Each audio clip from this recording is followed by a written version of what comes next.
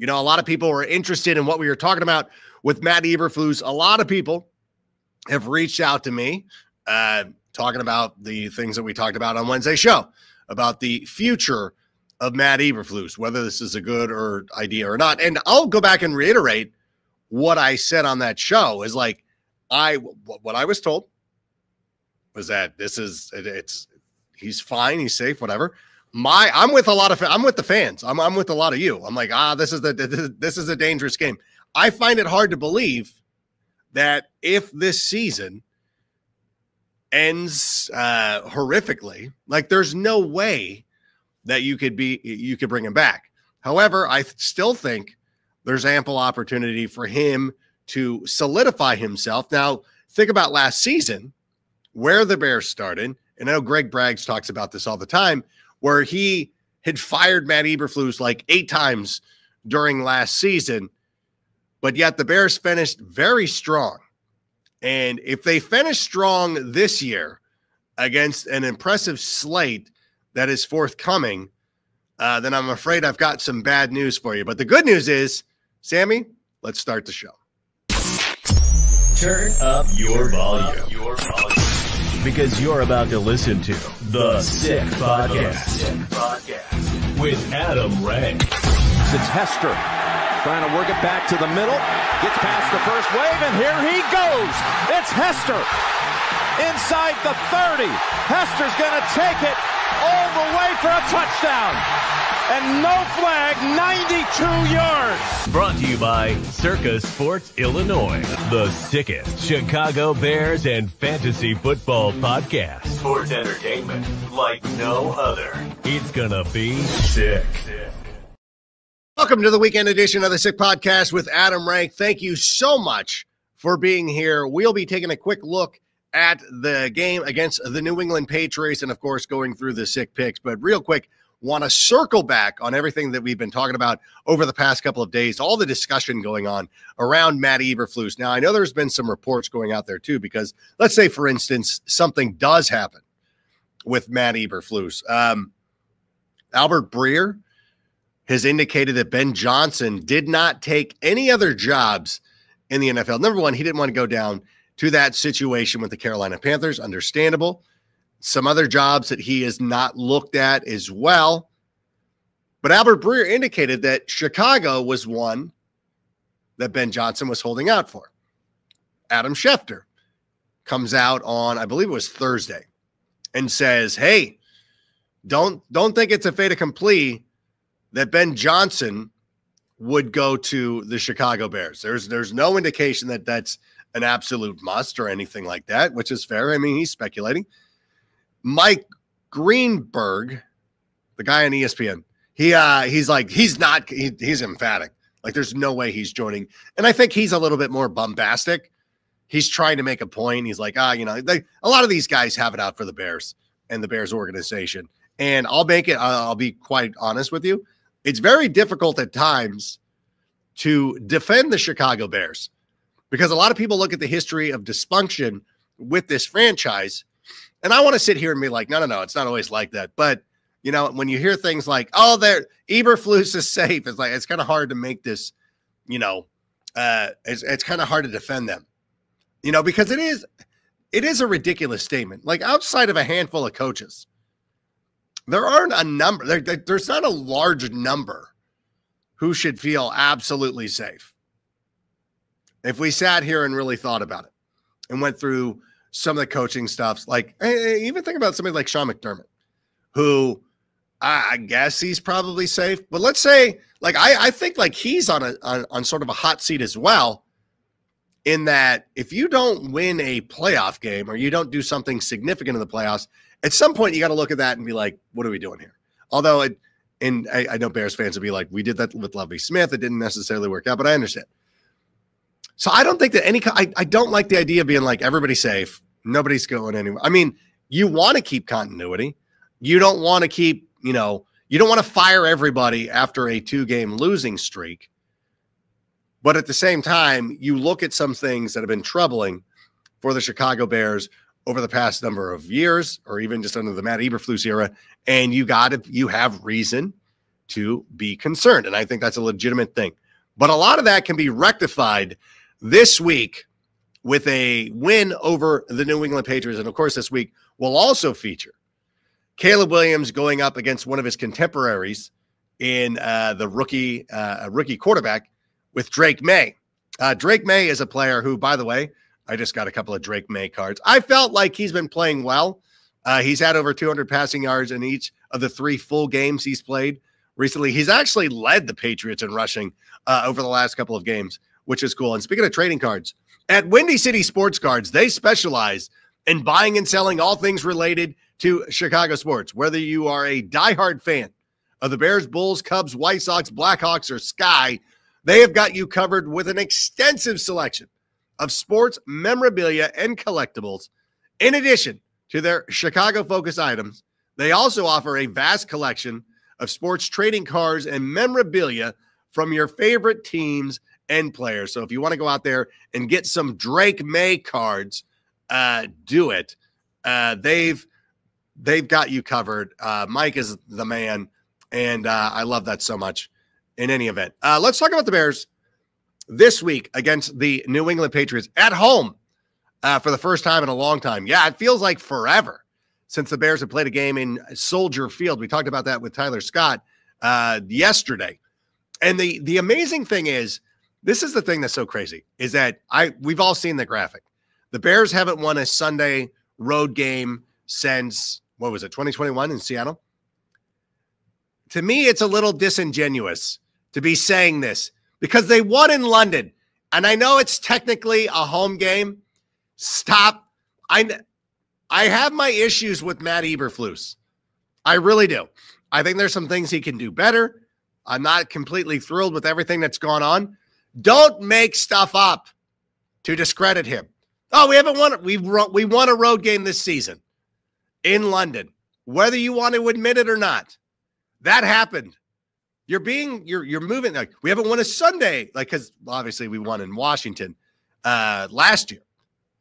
We haven't won a Sunday. Stop it. Stop trying to find reasons to make Matt Eberflus look bad. Okay? There's enough stuff on the wall. We've got it. We've built the case. We have our reasons. Don't be disingenuous. It makes us look ridiculous. That to me is troubling. I don't like that at all. But the Bears have been very good at home, and I think the win streak is now, is it getting double digits on the road? Or at home, I should say? I don't know. But anyways, let's think about this year. Caleb Williams is 4-0 at home this season. He's 0-3 on the road. He's 1-0 in London. Williams has posted a passer rating of 105 at home, which is 4th in the NFL behind guys like Josh Allen, Lamar Jackson, and Joe Burrow. Williams has a 67.2 passer rating on the road. And again, I don't know if they're factoring in. They must be. They must be factoring in, and those are skewed with the London game. Okay. Because the NFL is also doing this too. Should have done that. But you can't. You have to admit, he's been good at home and in London. The Bears also have the toughest remaining strength of schedule in the NFL at a 0.632. The Bears have played the 3rd easiest strength of schedule in the NFL through week 9. And the toughest remaining strength of schedules is the Bears, followed by the Browns, Steelers, and Broncos. And after they play the Patriots this week, who are 2-7, by the way, the Patriots would hold the number 1 seed. The number 1 seed. They'd hold the number 1 draft pick in the NFL. The last time they had the number 1 draft pick, I believe it was, what year was Drew Bledsoe drafted? It was that draft. It was in 93, something like that. They had the number 1 overall pick Drew Bledsoe. Probably won't be picking a quarterback again if they finish up with the number 1 overall seed. And they'll be able to do that thing where they can trade down for a haul for Shedeur Sanders or whomever. They'll trade it to the Dallas Cowboys, who will hire Deion Sanders, and Shedeur Sanders will be the number 1 overall pick. But in any event, I don't know. You play who you play. And I know the Bears, they're going to be facing the Patriots, the Packers twice, the Vikings twice, the Lions twice, the 49ers, and the Seahawks. But if the Bears are great at home, which is what they've been, they're on a 3-game homestand right now. So they've got the Patriots, they've got the Packers, and they've got the Vikings. And I know that this is a tough slate of games, and you got to get one before you get two. But like the Packers at home, I know the Packers, what they've done to us over the last number of years, and I have no reason for optimism, but I'm like, we get to play them at home. We're good at home. That's what everybody talks about. We're good at home, everybody. So there you go. Like, we're good at home. These next three games, I think, are a real I know. We could be 7-4. Worst case scenario, 6-5. Worst case scenario is 4-7. 5 and whatever. 5, whatever. I still think like we could go on a little mini streak. We've been playing really well. The Bears have allowed the fifth fewest points per game in the NFL, despite what happened last week against Arizona. I would say that's an aberration. They've allowed the fifth fewest touchdown passes. The Cardinals were running the ball into the end zone. They've allowed the fourth lowest passer rating. Jalen Johnson has allowed 0.7 yards per snap as the nearest defender in coverage in 2024. And then we're starting to think about Roma Dunze really starting to turn it on as well. He had 7 targets, 5 receptions, 104 receiving yards in week 9 against Arizona. It's his second career game with 100 yards receiving this year, which has been pretty good. Obviously, we're looking at what happened with DJ Moore, who addressed the thing. We talked about it with Tyler Scott. Nobody in the Bears locker room seems to be concerned with it. And as a matter of fact, if you look at the Bears locker room on Friday, Zach Pickens was being interviewed. Obviously, he needs to step up with Andrew Billings out. And the Bears defensive linemen were all around him during media availability on Friday, showing support, showing some love. So I think there's a real opportunity for this Bears team. Again, back at home for the first time in forever. You think about this too. You think about what happened in Arizona, coming off the loss against the Commanders, coming off a month of not being home, going on the road to London, going on the road to DC, going on the road to Arizona, which is a kind of a long road trip in and of itself. Listen, a lot of those sound like excuses, and they sort of are. But at the same time, this is it. This is it. This is the last chance. This is the last chance to get us motivated, give us some hope before we go and lose to the Packers. No, I think like this, it's not over. And I know that everybody wants to pretend like this team is 0-8. They've done nothing right. There's been no wins. There's been no glimpses of brilliance from Caleb Williams. But the fact of the matter is it's simply not true. The Bears were in this spot after that loss to the Indianapolis Colts, and it looked bad. And we're like, oh, God, let's fire Eberflus. If he can't beat the Colts, what are we going to do? And then we ended up winning 3 consecutive games. Even in that part of it, everybody was doubting whether the Bears could even, win 3 games in a row. Because for so long, it was a big thing. Eberflus has never won more than 2 games. For a while, Eberflus had never won back-to-back games. There was like, he never won 2. Whatever.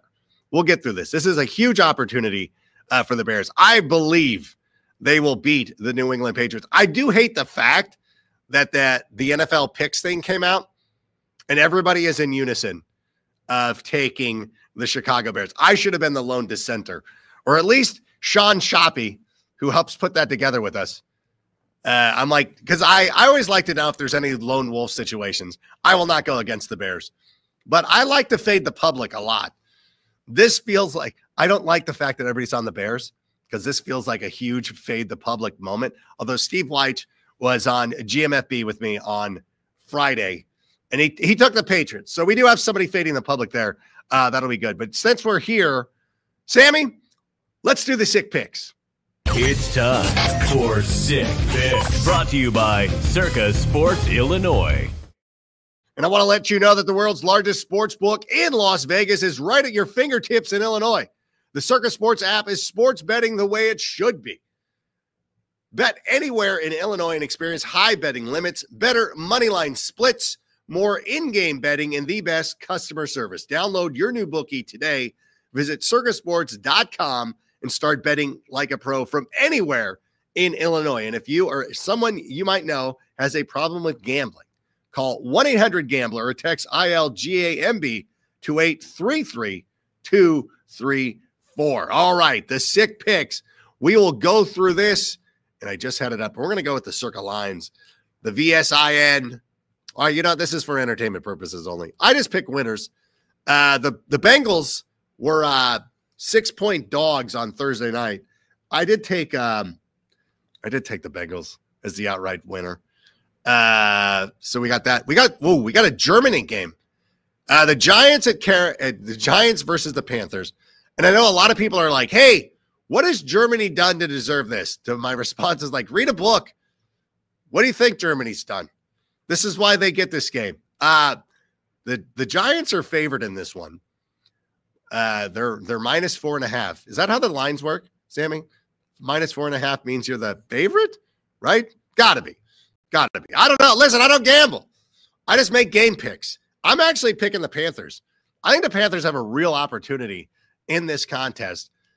Bryce Young has been playing better, and I swear to God, and partly because this has now become an extension of Caleb Williams versus Jaden Daniels. I want to see Bryce Young pass CJ Stroud now. I just do. I think it would be awesome. And I think Carolina's playing really well. They go out there to Germany to get this victory over the Giants. I think it can happen. It was a historic. You know what? The Saints were outgained by the Panthers by 150 yards, ran for 150 yards, won the tournament. But overall, gosh. No, the Saints outgained. No, that's what it was. The Saints put up all sorts of yards. So this is what it was. Okay, this is what it was. The Saints outgained the Panthers by 150 yards, ran for 150 more yards, won the turnover battle, and over the last 20 years, teams had gone 275-0 with that formation. What am I doing? No, I'm taking the Giants. I'm not going to be stupid. All right, I'm switching. I'm taking the Giants. Bills and Indianapolis Colts. I think this is a game the Colts could get. I really do. I think the Colts are, again, could do some good things, but I'm going to take the Bills, who are the favorite in that one. The Minnesota Vikings are going to the Jacksonville Jaguars. My friends down in Duval. It's funny for all the Bears fans sitting here being like, hey, when Ben Johnson takes over and all this stuff with Caleb, I think the Jags fans are just as convinced that Ben Johnson is going to Jacksonville. Don't think it's going to happen. Don't think that's going to happen at all. You want to talk about dysfunctional programs. I think there's a lot of work to be done in Jacksonville. I hope they like Liam Cohen. I think they're good with Liam Cohen, I think. But the Minnesota Vikings, give me the Vikings there. Steelers at Commanders. The Commanders are a -2.5 favorite, which, as I sit here and pretend to not know what gambling is, home teams usually get an advantage of -3. So when it's -2.5, that means people believe the Steelers are going to win. Listen, I know the Commander fans don't care for me, which, okay, fine. I'll tell you right now, the 3 cities where I'm over the most is obviously Chicago, number 1, Denver, number 2, and Washington, the DC area. Yeah, heel heat is still heat. Oh, you're hurting my feelings, Commander fans, by constantly engaging with my content. Oh, you've sure showed me. How will I ever recover? I'm going to take the Steelers in this one. I will say this. When you body Jaden Daniels, he's a different quarterback. The Giants weren't able to get it done. Giants might have, should have won that game. The Steelers will. They won't make any mistake. We got the Falcons against the Saints. I think the Saints win this. I really do. I think they bounce back. And I think that Taysom Hill, who's a noted Falcons killer, ends up having a good game for them. I really do. The Chargers are playing host to the Tennessee Titans. This is going to be the boringest game. This is going to be like one of those 16-10 games. No, because the Titans defense is pretty good. I wish, if you have Tony Pollard, I would not play Tony Pollard in a DFS contest, but in traditional fantasy, how do you get away from Tony Pollard? but I'm going to take the Chargers in that one. I'm going to go with the Eagles over the Cowboys. Sorry, Cooper Rush. This Cowboy, listen, Mike McCarthy, I don't know. Does he last the season?